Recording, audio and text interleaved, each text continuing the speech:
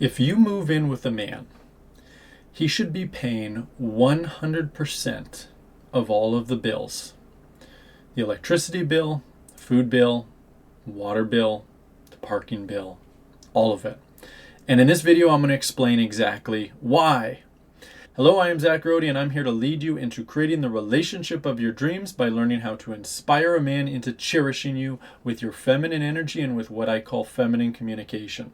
If you have not yet subscribed to my channel, make sure you do that below, hit the notification bell, and be sure to like this video because I'm going to make sure it's a good one for you today.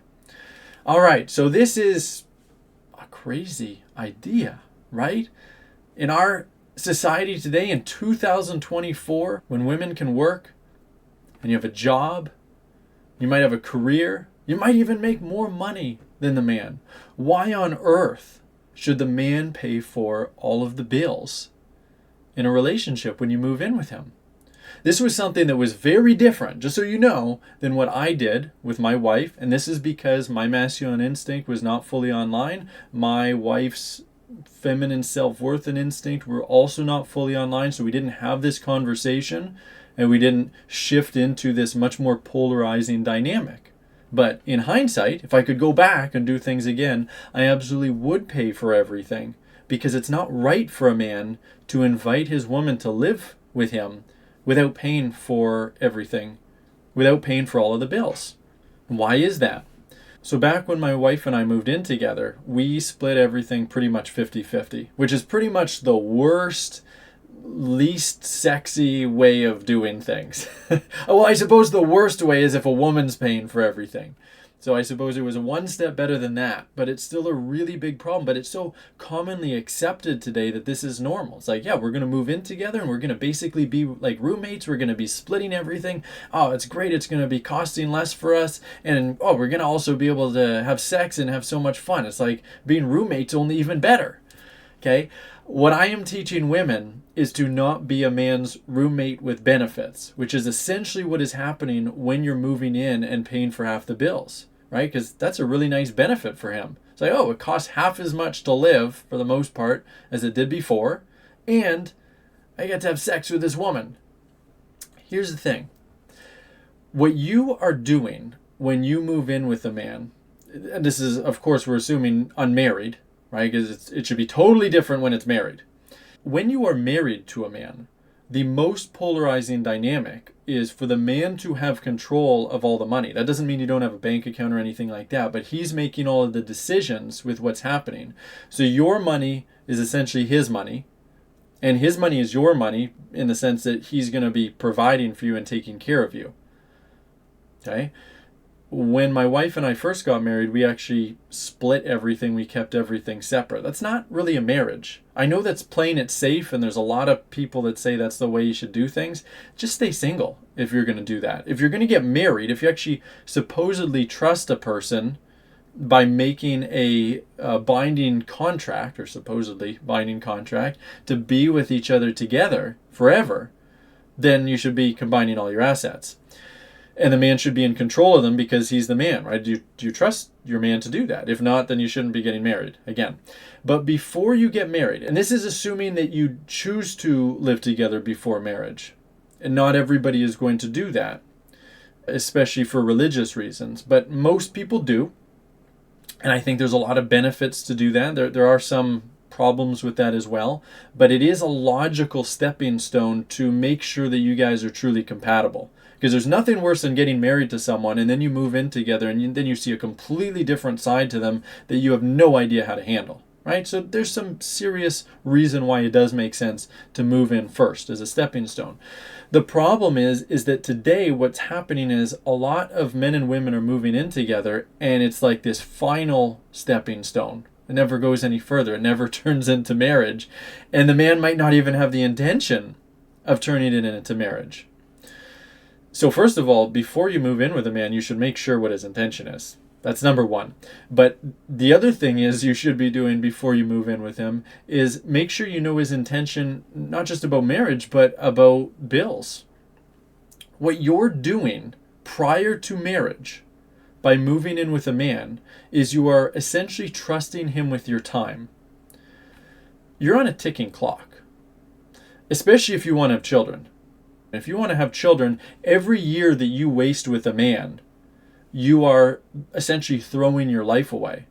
You are throwing away the years that you could be spending with a man who's devoted to you and who wants to raise a family with you. And so you got to be really smart about the man that you choose to move in with. You're trading your time, whereas he's not in the same way. And this goes even if you're not choosing to have children, right? Because men typically are going to want a woman who is younger. That is just a fact. A man's going to want a woman who is younger. Like if he could choose between, if he's 50, let's say, he's going to probably want a 35-year-old or a 40-year-old over a 50-year-old. He's going to want that youth that comes with that. And a woman typically is going to want a man who is older because he's going to be more capable, he's going to be bringing in a bigger income, he's going to be more confident, and it just makes sense.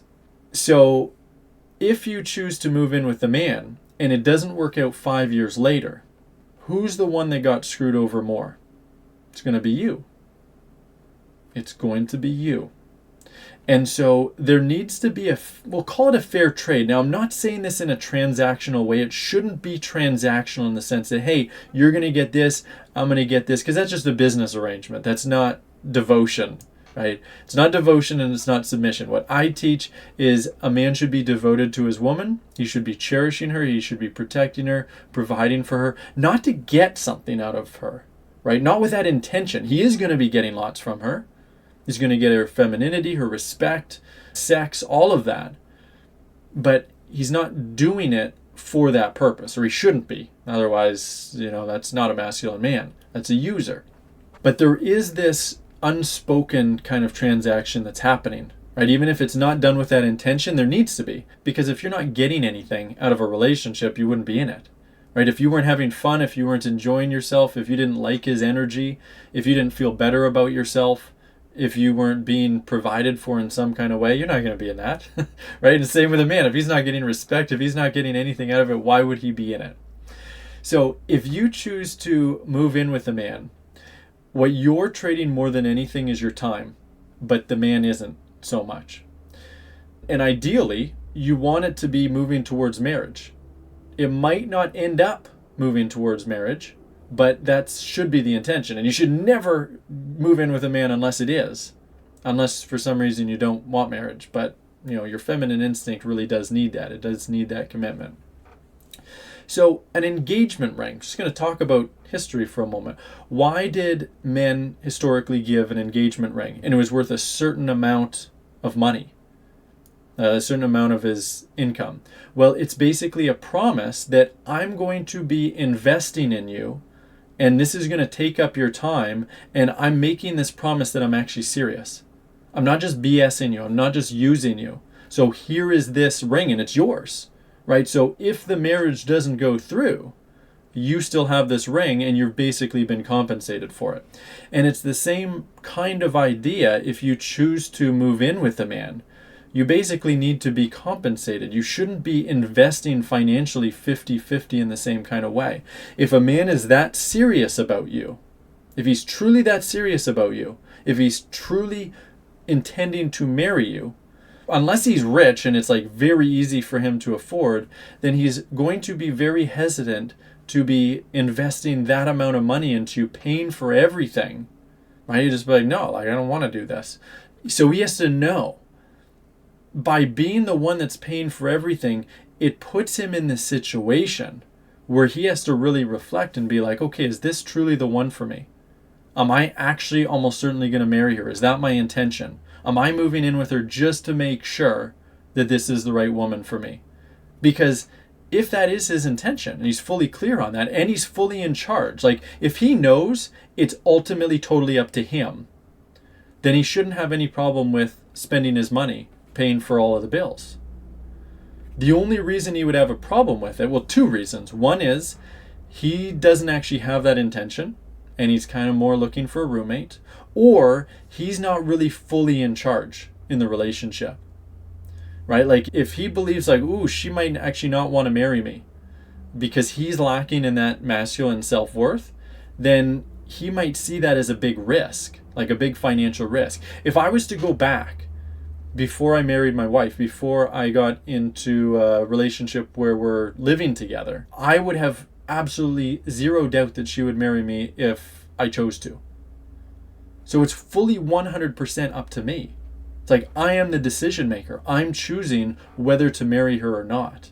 And that's going to be true of any masculine man. It's not the woman's decision, because of course she wants that. It's the man's decision. And if the man is making that decision, then he is not risking anything by financially putting all of this into the relationship, by fully providing for her. He's basically just promising her, yes, I'm actually serious. I actually intend to marry you. And here I'm going to be investing in you to show it. And when a man's masculine instinct is online, this is not going to feel like a burden to him. It's not going to feel like, oh, like, why do I have to spend all this money and she just gets a free ride? No, it's going to be a feeling of like, oh, I get to take care of my woman. I get to provide for her and make her life easier. Now, this comes with one very, very important caveat to all of this. The woman needs to be fully respecting him as the man, as the decision maker.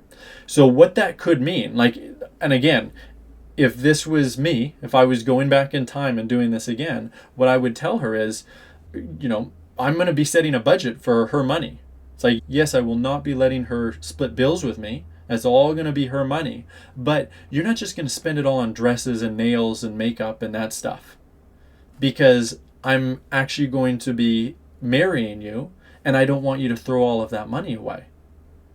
This is where a lot of women go wrong. They think that like the man's money is my money and my money is also only my money. That's not true. That's not a marriage. Yes, the man should be capable of providing. He should be capable of being the full provider. He shouldn't need the woman's money. But if she does have money, and if she does have earning potential, like if she's actually working a career and she's choosing to continue working in that career, then her money becomes his money as well. And even before that, she needs to be willing to submit to the decisions that he's making around that money. What does that mean? That means, like I said, in this example, I'd be like, sweetheart, you're going to be saving X amount of money because when we get married, I'm going to be buying a house for us and I have this amount and we're going to be putting this amount of your money in. That's what marriage is, right? Doesn't mean the woman's not going to be contributing, but ideally she shouldn't have to financially. Ideally, you should be finding a man who can fully provide for himself. Like right now, I fully provide for her family. She doesn't have to work at all. I let her quit her job so that she could take care of our daughter. But if the woman is working, then you need to be willing to have the man choose, basically decide what you're doing with your money. But he needs to be choosing out of devotion. And this is the key, right? Like if a man's leading you to go 50-50 with him because he's not even capable of providing and you're not married yet, just a living situation, is that truly out of devotion? Or is that out of kind of easing his burden because he wants a 50-50 roommate that he can sleep with? These are important things to understand. Unfortunately, because we live in a modern day society and men have been indoctrinated by feminism and don't know how to be a man anymore, don't know what honor is, don't know how to make these decisions, doesn't know how to lead financially, you're going to almost certainly meet a man who doesn't get this. Like you might resonate with this and be like, wow, like this is exactly what I want. This is what makes sense. But a man probably isn't. And if he isn't, that's going to lead to a lot of problems because you can't teach him this. You can't tell him, hey, this is the way that it's going to be. You can't set boundaries around it because that's going to repel masculine men and it's going to completely demotivate a masculine man from wanting to take care of you, right? You can't shift into this dynamic from it being your standards, your expectations. It needs to be his. It needs to be his choice. He needs to basically come up with it. So you can't teach him to do this. You have to use feminine communication. Instead of teaching him this theory, like here, this is what a polarized relationship looks like. This is the way it's supposed to be with a man and woman. No, you can't do that. But you can use feminine communication to communicate what your needs are and your problems, the feelings that you're experiencing, so that he understands how his decisions, his past, present or future decisions are impacting you or will impact you, and then make better decisions based on that information. So he can decide, like, oh man, this is what causes my woman anxiety, or this is what makes her feel really bad about herself in some kind of way. I'm going to adjust. I'm going to make sure that I'm paying for everything. This kind of makes sense. And he's only going to want to do that when you're using feminine communication, yes, but he needs to be able to feel your respect fully, your respect for him. Because no man wants to be investing in a woman who doesn't fully respect him. You can't respect him without feminine communication. You can't respect him without feminine energy. You can't respect him without submitting to him, without seeing him as the man, as the leader, as your hero. This is what I help women do. I show you how to let go of control, how to communicate your needs and feelings and problems in a feminine way that inspires a man. I show you in my academy, in my masterclass, in my books, my dating course, everywhere. You can have that masculine man who cherishes you, who takes care of you, but you gotta learn how to communicate. You gotta learn how to show up in this feminine way so that he can be inspired to show up in the masculine way that you need for you.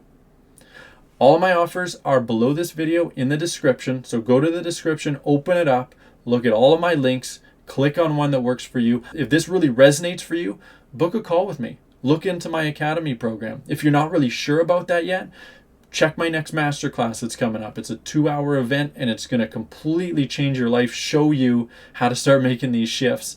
But those are scheduled, right? So see if that one works for you, if the timing works for you. If not, check out the dating course or check out the books, join my free group, but do something. Do something to start changing your life today.